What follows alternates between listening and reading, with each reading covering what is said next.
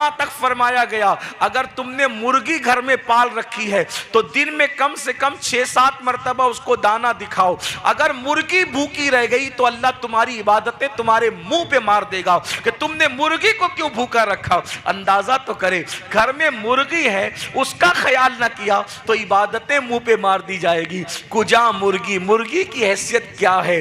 500 रुपये में इंसान मुर्गी खरीद लाता है। जब मुर्गी की हक तलफी की जाए तो इंसान जन्नत से रोक दिया जाए।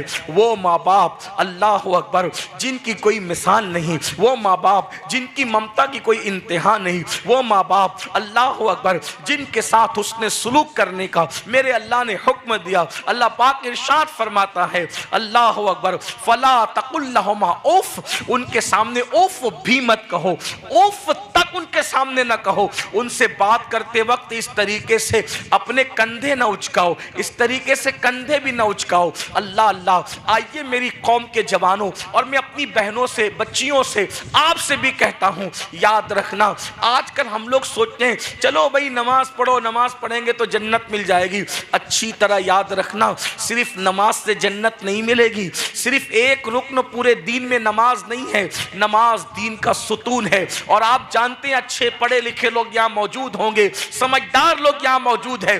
जो सुतून होता है वो पूरी इमारत नहीं होता, सुतून पर इमारत ठहरती है, लेकिन सुतून सुतून है, मुकम्मल इमारत है। तो दीन का सुतून नमाज है, लेकिन याद रखना सुतून को मुकम्मल इमारत नहीं कहते। मुकम्मल इमारत कई लवाजिमात से मिलकर के बनती है। ये जो फिक्र दे दी गई नमाज पढ़ो सब माफ हो जाएगा, नमाज पढ़ो जन्नत मिल जाएगी, याद रखिए अल्लाह के रसूल सल्लल्लाहु अलैहि वसल्लम फरमाते हैं, हदीस पाक का मफहूम है, मस्जिद जाने वालों जब मस्जिद जाया करो तो माँ बाप का मुंह देख के जाया करो।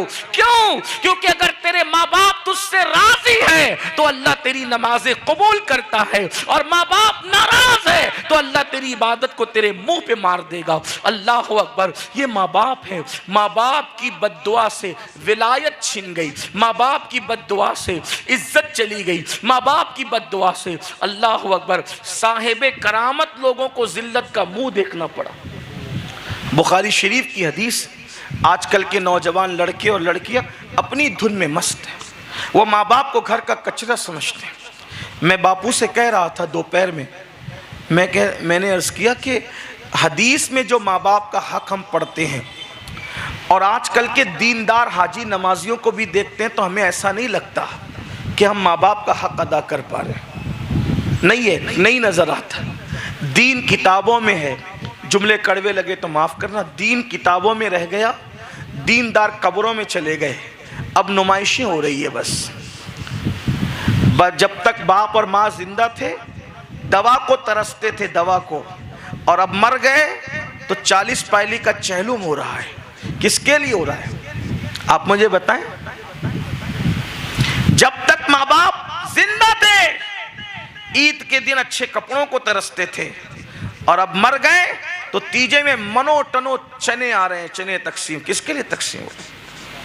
मैं मुखालिफ नहीं हूँ, इसाले सवाब हमारे यहाँ है, हम वो साबित है, हम उसके मुखालिफ नहीं। लेकिन आपसे पूछता हूँ, जिंदगी में जो माँ बाप के काम ना आए, जी ये बात याद रखना, माँ बाप की कब्रों पर फूल चढ़ाने का वो सिला नहीं है जो जीते जी माँ बाप पर फूल चढ़ाने का सिला है।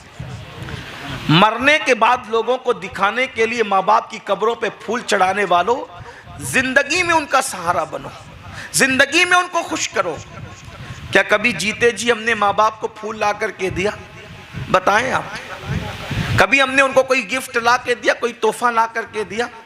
आज माँ बाप का मतलब बोझ, माँ बाप का मतलब घर का कचरा। एक चपरासी की भी तो कोई अहमियत है, माँ बाप की उतनी भी अहमियत नहीं। छोटे छोटे बच्चों की अहमियत है, माँ बाप की अहमियत नहीं है। छोटे बच्चे अगर कहें अब्बा मुझे ये चाहिए, अम्मा मुझे ये चाहिए, बराबर उनको दिलाया जाता है। और अगर माँ बाप मुतालबा करे तो दिल पे गिरा गुजरता है। अगर माँ बाप ज्यादा बीमार रहने लगे तो औलाद को तकलीफ होती है, यार कितना खर्च करो इनके पीछे। याद रखना, जिनका माल माँ बाप पे खर्च नहीं होता, फिर उनका माल पुलिस वालों को रिश्वत की शक्ल में जाता है। जिनका माल माँ बाप पे खर्च नहीं होता, फिर वो माल जिना के अड्डों पे खर्च होता है, वो माल शराब के अड्डों पे खर्च होता है, वो माल फिर चोरी होता है, वो माल फिर आग लगता है। अपने माल के सबसे ज्यादा अगर कोई हकदार हैं, अपने माल के सबसे ज्यादा कोई हकदार है तो कुरान कहता है वो तुम्हारे माँ बाप हैं। मस्जिद बनाने से ज्यादा अज्र माँ बाप पे खर्च करने में है, मदरसे में चंदा देने से ज्यादा अज्र माँ बाप पे खर्च करने में है। किसी नेकी पर आप खर्च करो, वो सिला नहीं मिलेगा जो माँ बाप पे खर्च करने की वजह से मिला करता है।